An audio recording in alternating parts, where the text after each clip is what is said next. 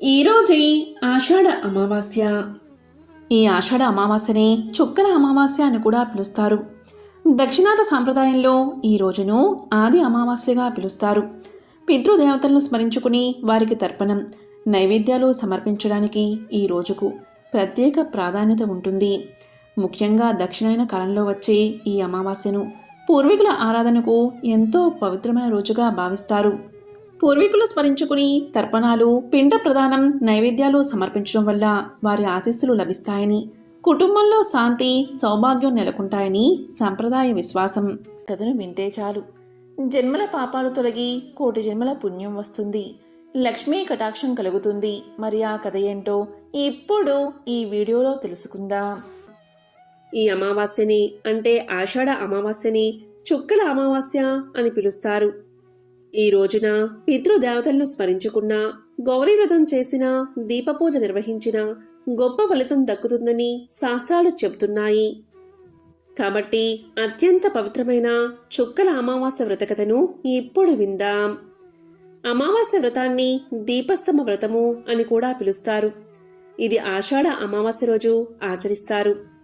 ఒకసారి సౌనకాది మహామునులంతా సూత మహర్షితో ఇలా పలుకుతారు: ఓ సూత మహాముని, భూలోకంలో పాపాలు పెరిగిపోయాయి. ఇలాంటి భూలోకంలో స్త్రీలు తరించడానికి ఏదైనా వ్రతమున్నదా వివరించండి అని వినయంగా కోరతారు. దానికి సూతుడు చిరునవ్వు నవ్వి ఇలా సమాధానం చెప్తాడు: ఓ మహామునులారా, మీరు అడిగిన ప్రశ్న చాలా బాగుంది.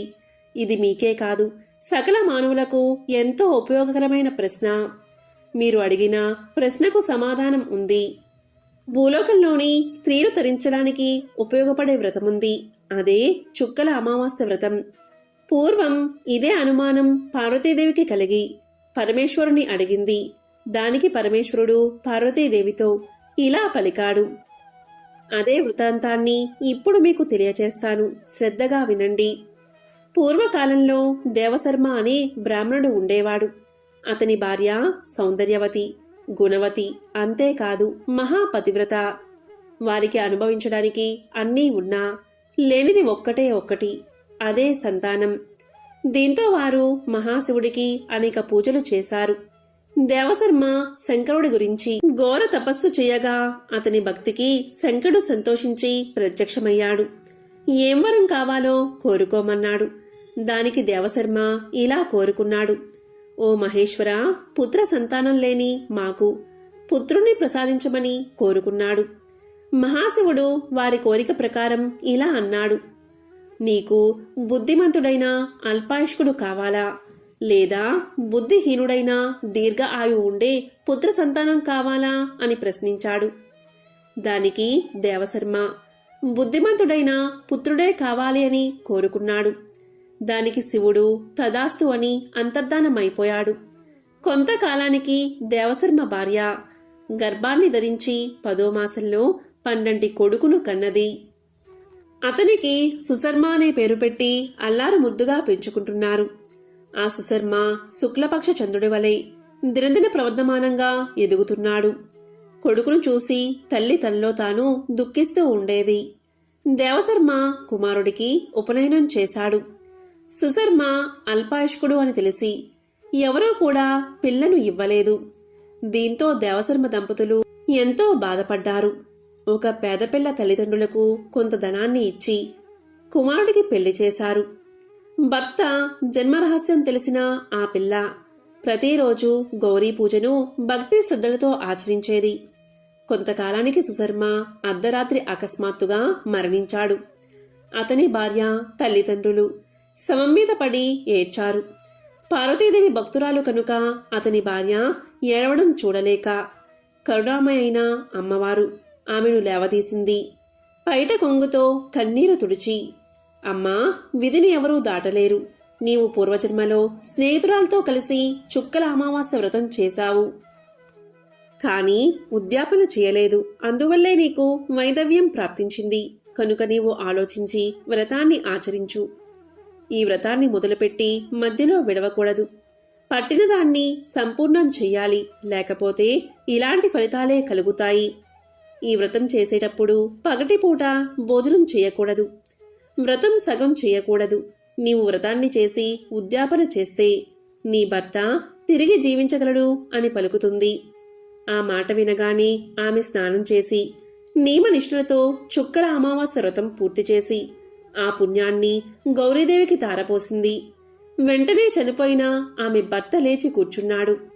తల్లిదండ్రులు, భార్య ఎంతో సంతోషించారు. ఇరుగు పొరుగు బంధువులు మిక్కిలి ఆశ్చర్యపోయారు. సుశర్మ భార్యను అందరూ కూడా వ్రత విధానం, ఉద్యాపన తెలపమని అడిగారు. ఆమె వారితో, ఓ పుణ్య స్త్రీలారా, ఆషాఢ బహుళ అమావాస్య రోజు దీపస్తంభ వ్రతం అంటే చుక్కల అమావాస్య వ్రతాన్ని చేసుకోవాలి. ఈ వ్రతం వివాహం అయినప్పటి నుంచి 9 సంవత్సరాలు నోచుకోవాలి. మొదటి సంవత్సరం, చివరి సంవత్సరం దంపతులకు పూజ చేసి భోజనం, తాంబూలాలు ఇవ్వాలి. మిగతా సంవత్సరాలు ఆడవారికి తాంబూలాలు ఇవ్వాలి. 9 సంవత్సరాలు వ్రతం పూర్తయిన తర్వాత వెండి చొక్కా, బంగారు చొక్కా చేయించి దీపస్తంభంతో సహా వీటిని బ్రాహ్మణుడికి దానమివ్వాలి. ఈ విధంగా ఎవరు వ్రతాన్ని ఆచరిస్తారో వారు సుఖంగా జీవించి అంతఃకాలమున కైలాసాన్ని చేరుకుంటారు. ఇదే చుక్కల అమావాస్య వ్రతకథ. విధిరాత నుంచి తప్పించుకునే శక్తి మానవులకు ఉంటుందా? మనకు మన మరణం గురించి ముందే తెలిస్తే ఆ మరణాన్ని మానవుడు తప్పించగలడా? దాని గురించి ఈ కథలో ఇప్పుడు తెలుసుకుందాం. పూర్వం ఒక ఊరిలో ఒక గొప్పవాడైన పండితుడైన బ్రాహ్మణుడు ఉండేవాడు. అతను ఒక రోజున పక్క ఊరిలో ఉన్న తన చిన్ననాటి స్నేహితుణ్ణి కలవడానికి బయలుదేరాడు. ఆ చిన్ననాటి స్నేహితుడు మూగవాడు, అలాగే ఒకే ఒక కాలు మాత్రమే ఉన్న వికలాంగుడు. అలా ఆ పండితుడు స్నేహితుణ్ణి కలవడానికి ఉదయమే బయలుదేరాడు. ఆ ఊరిని చేరాలి అంటే మధ్యలో 2 లేదా 3 ఊర్లు దాటాలి. అలా ఆ పండితుడు నడుచుకుంటూ బయలుదేరాడు. అలా వెళ్తున్నా అతనికి మార్గ మధ్యలో ఒక వ్యక్తి కలిశాడు. అప్పుడు ఆ పండితుడు ఆ వ్యక్తిని పేరు అడగగా తన పేరు మహాకాలుడు అని చెప్పాడు. అప్పుడు ఆ పండితుడు ఎలాగో నడుస్తూనే వెళ్ళాలి కదా, అతనితో మాట్లాడుకుంటూ వెళ్ళవచ్చు అని అనుకున్నాడు. ఆ విధంగా ఇద్దరూ మాట్లాడుకుంటూ ముందుకు వెళ్తున్నారు. అలా వెళ్తూ ఉండగా మధ్యలో ఒక చిన్న ఊరుకు చేరగానే ఆ మహాకాలుడు పండితుడితో ఇలా పలికాడు. మహాత్మా, మీరు నడుస్తూ ఉండండి. నాకు ఇక్కడ ఒక చిన్న పని ఉంది. నేను ఆ పనిని పూర్తి చేసుకుని మిమ్మల్ని ముందు దారిలో కలుస్తాను అని చెప్పి అతను ఆ ఊరిలోకి వెళ్ళిపోయాడు. ఆ పండితుడు సరే అని చెప్పి ముందుకు కదిలాడు. అలా కొద్దిసేపటికి ఆ ఊరిలో ఒక వ్యక్తిని పశువులు తొక్కి చంపేశాయి అనే వార్త పండితుడికి వేరే వాళ్ళ వల్ల తెలిసింది. అలా కొద్దిసేపటికి ఆ మహాకాలుడు వచ్చి బ్రాహ్మణుడితో కలిసి నడుస్తున్నాడు. అలా ఇద్దరూ కలిసి నడుస్తూ ఉండగా చీకటి పడింది. అప్పుడు ఆ పండితుడు ఇలా అన్నాడు, ఇప్పుడు చీకటి పడింది. మనం ఈ రోజు రాత్రికి ఈ ఊరిలో ఉన్న గుడిలో పడుకుని తెల్లవారగానే మళ్లీ ప్రయాణం మొదలు పెడదాం అని పలకగా ఆ మహాకాలుడు ఇలా సమాధానం చెప్పాడు. సరే మహాత్మా, అలాగే చేద్దాం. మీరు ఇక్కడే ఉండండి. నాకు ఈ ఊరిలో ఒక ముఖ్యమైన పని ఉంది. ఆ పనిని పూర్తి చేసుకోగానే వెంటనే నేను ఇక్కడికి చేరుకుంటాను అని చెప్పి మహాకాలుడు ఆ ఊరి లోపలికి వెళ్తాడు. అతను వెళ్లిన కొద్దిసేపటికి ఆ ఊరిలో పెద్ద నిప్పు అంటుకుంటుంది. అప్పుడు ఆ పండితుడు ఆ మహాకాలుడు వెళ్లిన ప్రతి చోట ఏదో ఒక అనర్థం జరుగుతుంది. ఇతను వెళ్తే అక్కడ ఏదో జరుగుతుంది అనే అనుమానం మొదలైనది. కొద్దిసేపటికి మహాకాలుడు గుడి దగ్గరికి వచ్చేశాడు. కాని పండితుడు మాత్రం మహాకాలుణ్ణి ఏమీ అడగలేదు. పొద్దున్న లేవగానే ఇద్దరూ ప్రయాణాన్ని ప్రారంభించారు. మళ్లీ కొద్ది దూరం వెళ్ళగానే ఇంకొక ఊరికి చేరుకున్నారు. అప్పుడు ఆ మహాకాలుడు ఇలా అన్నాడు, మహాత్మా, మీరు ముందుకు నడుస్తూ ఉండండి. నాకు ఈ ఊరిలో ఒక చిన్న పని పడింది. అది ముగించుకుని నేను ముందు దారిలో మిమ్మల్ని కలుస్తాను అని చెప్పి అతను ఊరి లోపలికి వెళ్ళిపోయాడు. కాని ఈసారి పండితుడు ముందుకు వెళ్లకుండా అక్కడే నిలబడి వేచి చూస్తున్నాడు. కొద్దిసేపటికి ఆ ఊరిలో ఒక వ్యక్తి పాముకాటుకు చనిపోయాడు అనే విషయం పండితుడి చెవున పడింది. ఈ మహాకాలుడు వెళ్లిన ప్రతి చోట ఏదో ఒక ప్రమాదం ఖచ్చితంగా జరుగుతుంది అనుకున్నాడు పండితుడు. ఇందులో ఏదో విషయముంది. అతను వచ్చిన తర్వాత అతన్ని అడిగి తెలుసుకోవాలి అనుకున్నాడు పండితుడు. కొద్దిసేపటికి మహాకాలుడు పండితుడి వద్దకు చేరుకున్నాడు. ఆ పండితుడు మహాకాలుడితో ఇలా అన్నాడు, చూడు, నేను నిన్ను గమనిస్తూనే ఉన్నాను. నీవు ఏ ఊరికి వెళ్ళినా నీవు వెళ్ళిన కొద్దిసేపటికే అక్కడ ఏదో ఒక ప్రమాదం జరుగుతుంది. ఎవరో ఒకరు మరణిస్తూనే ఉన్నారు. అసలు నువ్వు ఎవరు అని అడుగుతాడు. అప్పుడు ఆ మహాకాలుడు ఇలా చెప్తాడు, మహాత్మా, మీరు మహా జ్ఞానవంతులు. మహాత్ములతో కలిసి నడిస్తే మంచి జరుగుతుందని నేను మీ వెంట నడుస్తున్నాను. నన్ను మీరు గుర్తుపట్టలేదా? నేను ఒక యమదూతను. మా యమధర్మరాజు గారి ఆజ్ఞతో ప్రాణాలను హరిస్తూ ఉంటాను. ఇప్పుడు నేను వెళ్ళినా ఊళ్ళలో వాళ్ళ ఆయులు తీరిపోయాయి. అందువల్లే వారి ప్రాణాలను హరించి వేస్తున్నాను అన్నాడు మహాకాలుడు. అప్పుడు ఆ పండితుడు ముందుగా కొద్దిగా భయపడ్డాడు. తరువాత ధైర్యం తెచ్చుకుని, నాయనా, నీవు నిజంగా యమదూతవే అయితే ఒక విషయం నాకు చెప్తావా? నీవు తర్వాత తీయబోయే ప్రాణం ఎవరిది అని అడుగుతాడు. అప్పుడు ఆ యమదూత ఇలా సమాధానం చెప్తాడు, మహాత్మా, తరువాత చనిపోయేది ఎవరో కాదు, మీరు ఇప్పుడు కలవడానికి వెళ్తున్న మీ చిన్ననాటి స్నేహితుడే. అతని చావుకి కారణం కూడా మీరే అవబోతున్నారు. మీ వల్లే అతను మరణిస్తాడు అని చెప్పాడు మహాకాలుడు. అప్పుడు ఆ పండితుడు ఎంతో బాధపడతాడు. ఒకవేళ అతను నిజంగానే యమదూత అయితే ఈయన చెప్పింది ఖచ్చితంగా జరుగుతుంది. నా వల్లే నా ప్రియమిత్రుడు మరణిస్తాడు. అలా అస్సలు జరగకూడదు. నేను వెళ్లి కలిస్తేనే కదా నా వల్ల మరణిస్తాడు. అందువల్ల నేను అతన్ని అస్సలు కలవను. నేను కలవకపోతే మరణించడు అని అనుకుని ఆ పండితుడు ఆ స్నేహితుడి దగ్గరకు వెళ్లకుండా అలానే ఆగిపోయాడు. అప్పుడు ఆ యమదూత ఇలా అన్నాడు, మహాత్మా, మీరు మనసులో ఏమి ఆలోచిస్తున్నారో నాకు తెలుసు. మీరు మీ మిత్రుణ్ణి కలవడానికి వెళ్ళకపోయినా అతని తలరాత మారదు. మీ మిత్రుడి మరణం నిర్ణయించబడింది. దాన్ని ఎవరూ మార్చలేరు. ఇంకా కొద్దిసేపటిలో అది జరిగిపోతుంది అన్నాడు మహాకాలుడు. ఆ యమదూత మాటలు విన్న పండితుడు చాలా బాధపడ్డాడు. నా మనసులో నేను అనుకున్న మాటలు ఈ వ్యక్తికి ఎలా తెలిసాయి?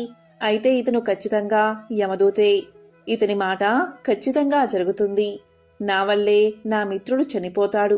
అందువల్లే నేను వచ్చిన దారిలోనే వెనక్కి వెళ్ళిపోతాను అనుకుంటూ ఇంటికి తిరిగి వెళ్ళిపోతున్నాడు.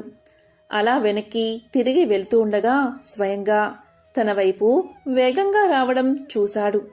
తన స్నేహితుడు చాలాసేపటి నుంచి తన వెంట వస్తున్నట్లుగా అనిపించింది. అతను వికలాంగుడు మరియు మగవాడు కావడం వల్ల పండితుణ్ణి చేరుకోలేకపోయాడు. మగవాడు కావడం వల్ల అరవలేకపోయాడు. అలా ఆ మిత్రుడు చాలా ఆయాసపడుతూ పండితుడి దగ్గరకు చేరుకోగాని కింద పడిపోయి ప్రాణాలు వదిలిపెట్టాడు. అప్పుడు ఆ పండితుడు భయంతో వణికిపోతూ ఆ యమదూత వైపు చూసి అసలు ఏం జరిగింది, నా మిత్రుడు ఎలా మరణించాడు అని అడుగుతాడు. అప్పుడు ఆ మహాకాలుడు ఇలా సమాధానం చెప్తాడు, మీ స్నేహితుడు వెనకాల వెళ్లిన ఊరు నుంచి మీ వెంట వస్తున్నాడు. అతను మూగవాడు, అలాగే ఒంటికాలు అవడం వల్ల అతను మిమ్మల్ని చేరుకోలేదు. మిమ్మల్ని చేరుకోవడానికి తన శక్తిని మించి ప్రయత్నించాడు. అందువల్లే ఆయాసంతో గుండె ఆగిపోయి మరణించాడు. అతను మీ కారణంగానే మరణించాడు. మిమ్మల్ని కలవడానికే కదా వస్తుంది అంటూ సమాధానం చెప్పాడు మహాకాలుడు. అప్పుడు పండితుడు ఇలా పలికాడు, మృత్యువుని ఆపడం ఎవరి వల్ల కాదు. అందరికీ ఏదో ఒకసారి మృత్యు వచ్చి తీరుతుంది అంటూ తన్ని తాను సముదాయించుకుని తన స్నేహితుడి దహన సంస్కారాలు పూర్తి చేశాడు. అప్పుడు ఆ పండితుడికి తన మృత్యువు గురించి తెలుసుకోవాలి అనే కోరిక కలిగింది. అప్పుడు ఆ పండితుడు ఇలా అన్నాడు, ఓ యమదూత, మరి నాకు మృత్యువు ఎప్పుడు వస్తుందో, ఎలా సంభవిస్తుందో చెప్పండి అని అడుగుతాడు. అప్పుడు ఆ యమదూత ఇలా అంటాడు, మహాత్మా, సాధారణ జీవులకు మృత్యువు గురించి ముందే తెలుసుకోవడం మంచిది కాదు.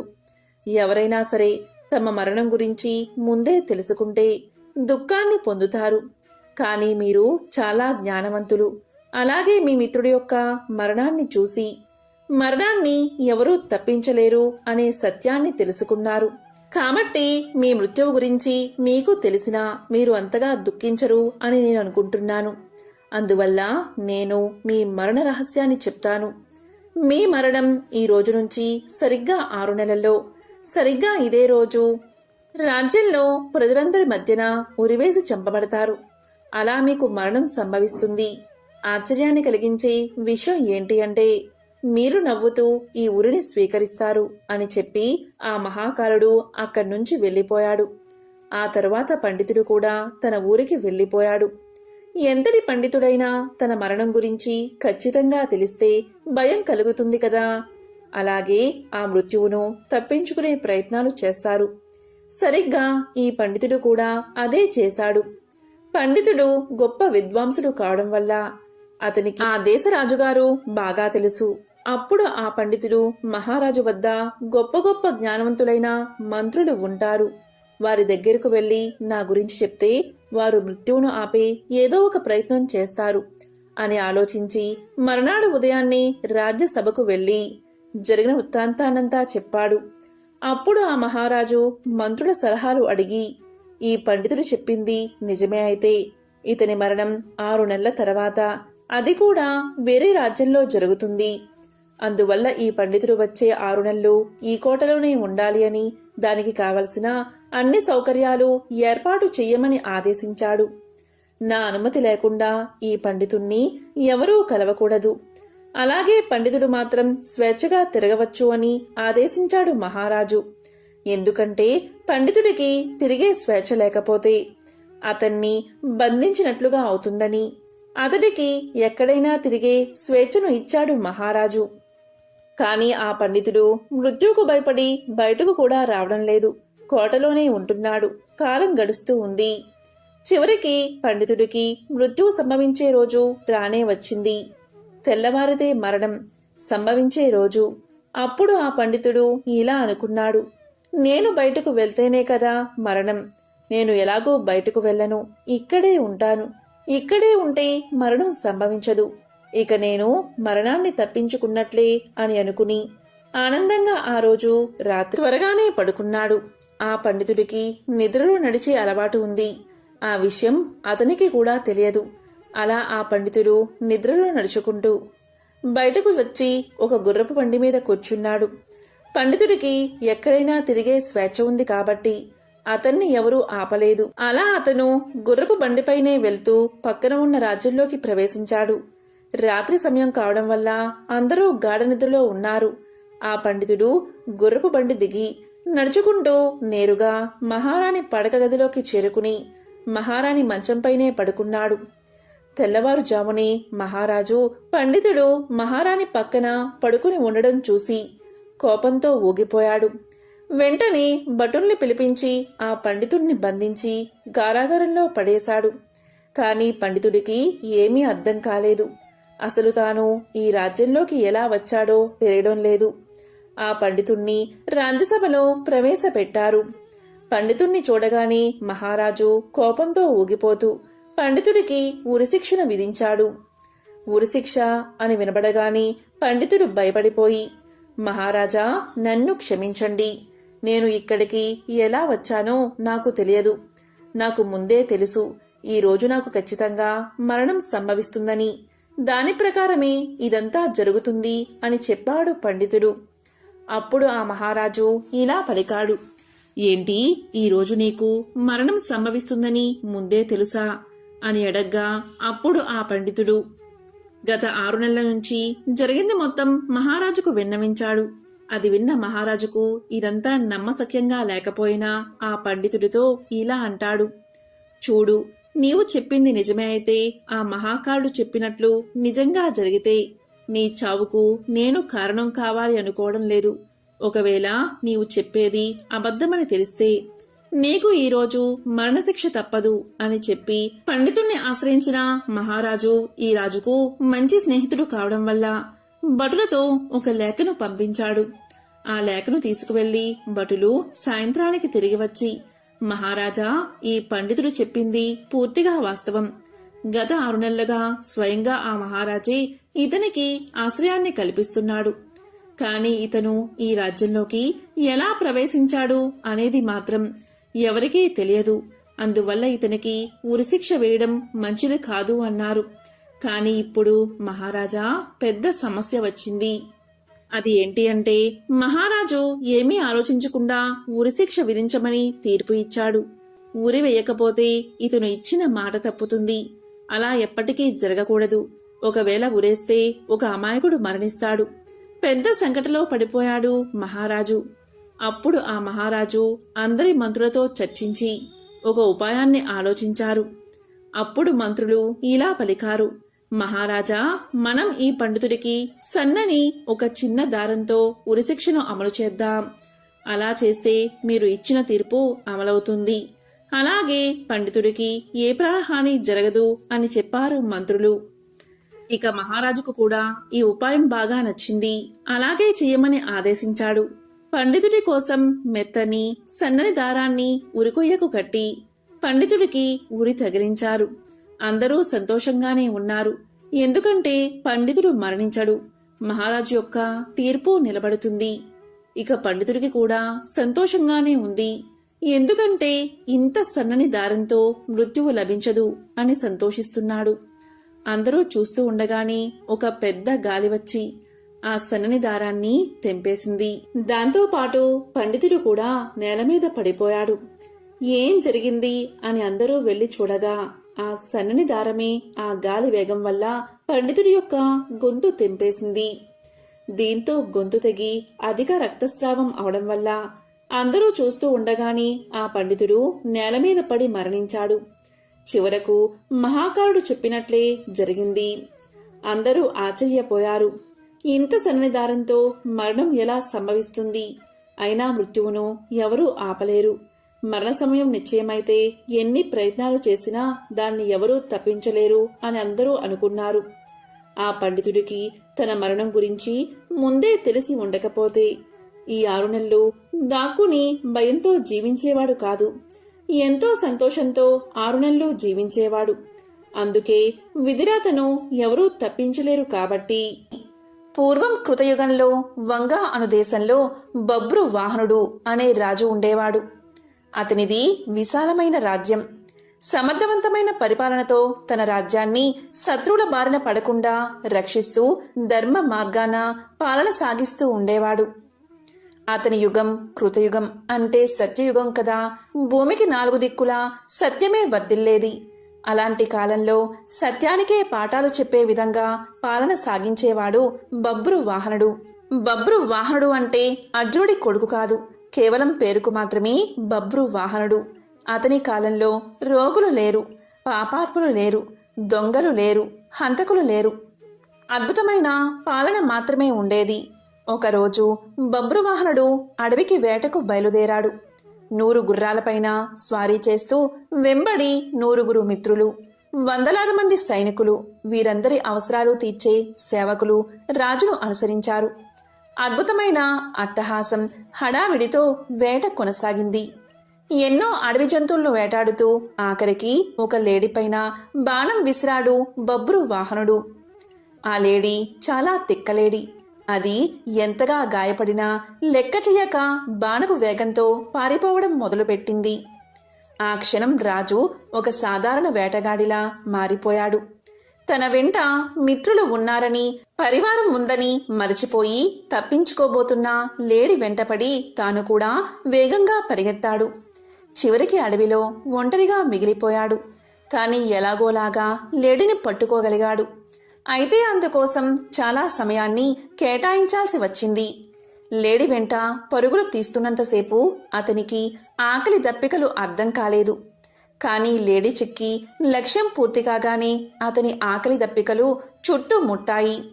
అంతసేపు లేడి కొరకు వేటాడిన రాజు ఆకలి దాహాలను తీర్చుకోవడం కోసం వెతుకులాట మొదలుపెట్టాడు. అదృష్టవశాత్తు అక్కడికి సమీపంలోనే ఒక సరస్సు కనబడింది. అందులో ముందుగా స్నానం చేసి తరువాత నీరు తాగి ఒడ్డున ఉన్న ఒక చెట్టు కింద తన పరివారం కోసం ఎదురు చూస్తూ విశ్రాంతి తీసుకోసాగాడు. అనుకోకుండానే రాజుకు నిద్ర ముంచుకు వచ్చి కనులు మూతపడసాగాయి. ఈలోగా సమీపంలో కలకలం వినబడింది. రాజు కలవరపడుతూ కళ్ళు తెరిచి చూశాడు. అతనికి సమీపంగా ఎదురుగా 100 ప్రేతాలతో కలిసి ప్రేత వాహనుడు అనే పేరుగల ప్రేతరాజు అక్కడికి వచ్చాడు. ప్రేతాలంటికి ఎముకలకు బిగుతుగా చర్మాన్ని అతికించినట్లుగా ఉన్నాయి. ఎక్కడా కూడా అంగుళం మందం మాంసమైనా లేదు. వాటి ఆకారాలు భయం గొలిపేలా ఉన్నాయి. ప్రేతాలు హఠాత్తుగా కనబడితే ఎవరికైనా భయం కలుగుతుంది. కాని అక్కడ ఉన్నది యుద్ధరంగంలో పరాక్రమాన్ని ప్రదర్శించే బబ్రువాహన మహారాజు. అందువల్ల ముందుగా కొంచెం కలవరం కలిగిన వెంటనే తన విల్లును అందుకుని ప్రేతాలపైకి ఎక్కుపెట్టాడు మహారాజు. కాని బాణం వదలకుండా వారితో ఇలా అన్నాడు, ఎవరు మీరంతా? ఇంత భయంకరంగా ఉన్నారు? ఎక్కడ్నుంచి వచ్చారు? మీ శరీర ఆకృతులు ఇంత వికృతంగా ఉన్నాయేమిటి అని అడిగాడు. అప్పుడు ప్రేతాల నాయకుడైన ప్రేత వాహనుడు రాజుతో ఇలా పలికాడు, మహారాజా, మీ దర్శన భాగ్యం వల్ల మాలో ప్రేతభావం నశించిపోయింది. మాకు ఉత్తమ గతులు ఇక లభించే తీరతాయి అన్నాడు. ప్రేత వాహనుడి మాటలు రాజుకు అర్థం కాలేదు. అదే విషయం రాజు ఇలా అన్నాడు, ఓ ప్రేతమా, నువ్వేమి మాట్లాడుతున్నావు? నాకు అర్థం కావడం లేదు. నాకు అర్థమయ్యేలా చెప్పు అన్నాడు. దానికి ప్రేతవాహనుడు ఇలా పలికాడు, రాజా, ఈ ప్రేతాలన్నీ ఒకప్పుడు మనుషులే, కాని చేసుకున్న పాపాల వల్ల ప్రేతాలుగా మారిపోయాయి. ఎవరికైతే అగ్ని సంస్కారం, శ్రాద్ధం, తర్పణం జరగవో వారంతా ప్రేతాలై తిరుగుతారు.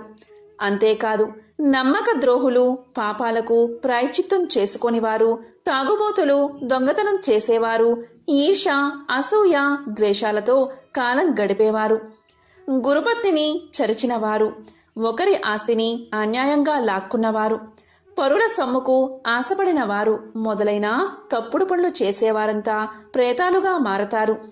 మేమంతా ఇలా వచ్చిన వారమే. రాజా, మాకు తిండి దొరకదు, నీరు దొరకదు. దీంతో మేము ఆకలి దప్పికతో అలమటించిపోతూ ఉంటాం. మాకు ఎవరు శ్రాద్ధం కాని పిండం కాని పెట్టరు. అందుకే మేము ఇలా మిగిలిపోయాము.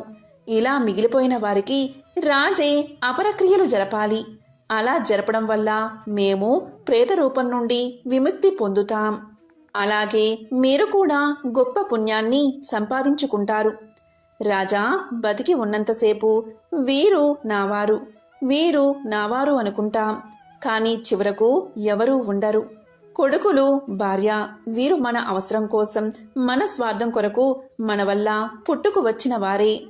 మనం వారి అవసరం తీర్చినంత కాలం వారి చేత గౌరవించబడతాము.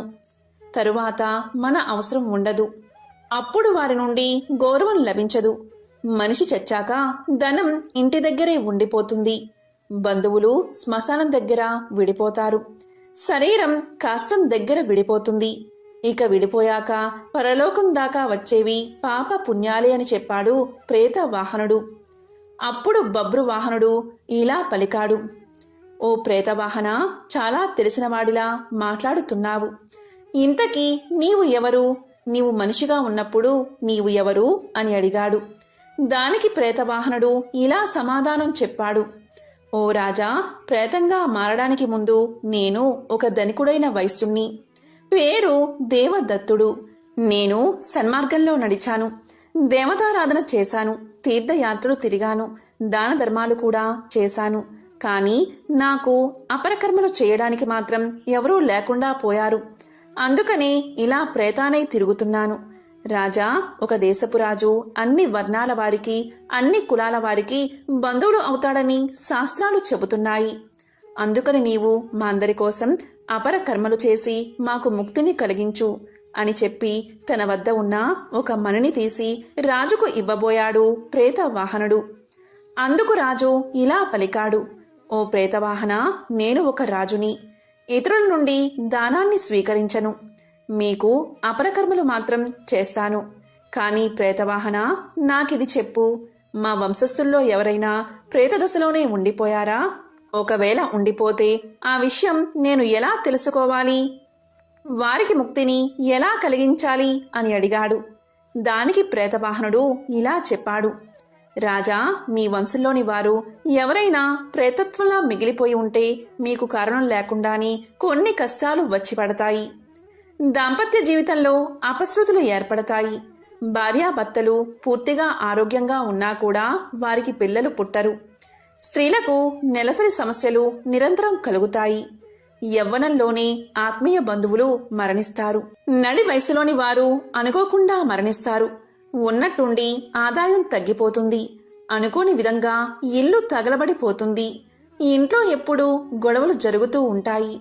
కావాలనే అపవాదులు వచ్చి మీద పడతాయి. తీవ్రమైన జబ్బులు వస్తాయి. వ్యాపారం చక్కగా చేస్తున్నా కూడా లాభాలు మాత్రం రావు. వర్షాలు బాగా కురిసినా కూడా పంట చేతికి రాదు. ఇంటి ఇల్లాలే శత్రువులా తిరగబడుతుంది. కాబట్టి రాజా, ఇలాంటివి జరుగుతాయి. ఇవన్నీ అపారకర్మ చేయనందువల్ల ఆకలి బాధతో తిరిగే ప్రేతాల వల్లే జరుగుతాయి. కాబట్టి మన వంశం వారు ఎవరైనా ప్రేతాల్లా మారి తిరుగుతున్నారా అని ఇలా గుర్తించవచ్చు అని చెప్పాడు ప్రేత వాహనుడు. ఇదంతా విన్న తర్వాత బబ్రువాహన మహారాజు తన నగరానికి వెళ్లి ప్రేతాల విముక్తి కోసం శ్రాద్ధ అపరకర్మలు చేయించాడు. అంతటితో ప్రేత వాహనుడికి, అతనితో ఉన్న ప్రేతాలకు విముక్తి కలిగింది. వారంతా ఎంతో సంతోషంగా స్వర్గాన్ని చేరుకున్నారు. ఇది గరుడ పురాణంలోని కథ. ఓం నమో నారాయణాయ. ఓం నమః శివాయ. ఓం శ్రీ మాత్రే నమః.